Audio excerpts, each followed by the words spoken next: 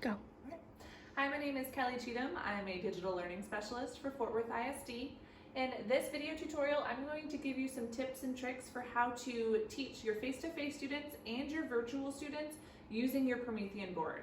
And so the first thing I've done is I've gone ahead and I've hooked up my computer. I've either put it on my docking station or I've connected all of the necessary cords, and I've turned on my Promethean board. And you'll notice that right now I have Active Inspire pulled up here.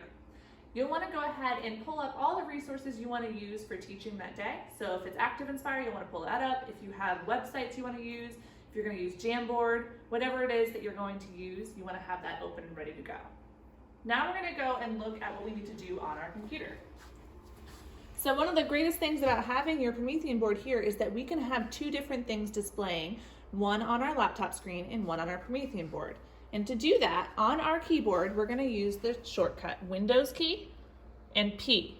And when I do that, it's going to pull up a little sidebar. You're going to want to choose Extend as your option here. What that will do is it will allow you to have two separate screens going. So you'll notice right now, on my Promethean board, I just have my desktop. Whereas on my laptop screen, I have my Active Inspire software. I'm able to now drag over programs that I want to be shown on my Promethean board, but not on my laptop. So I'm going to come over to my laptop, and I'm just going to go ahead and click up at the top of my Active Inspire screen, and I'm going to drag that over all the way onto my Promethean board. And then if I drop it at the top, notice that it fills the whole screen. So this is now showing on my Promethean board, but on my laptop, I have a whole second screen that I can use. So on my laptop, I'm going to go ahead and get my Google Meet set up. So I've started my Meet, I'm going to let my students join, and when I'm ready to start teaching, I'm going to go ahead and present my screen.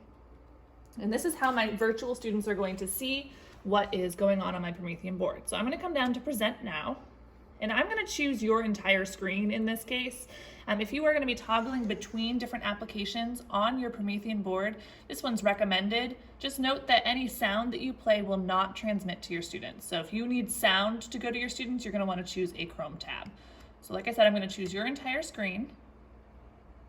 And then I'll choose the one that has Active Inspire open. That's screen 2.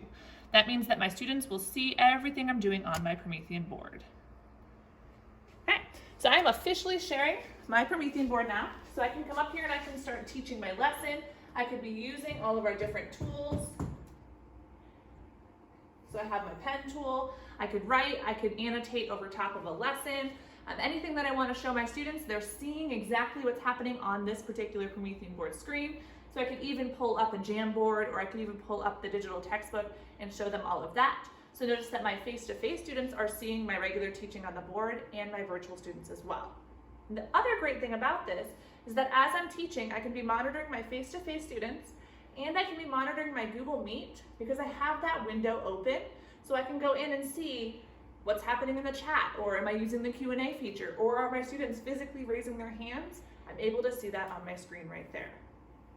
All right, so those are your tips and tricks for how to use your Promethean board to teach both face-to-face and virtually in your classroom. If you have any questions about this video, go ahead and reach out to your digital learning specialist.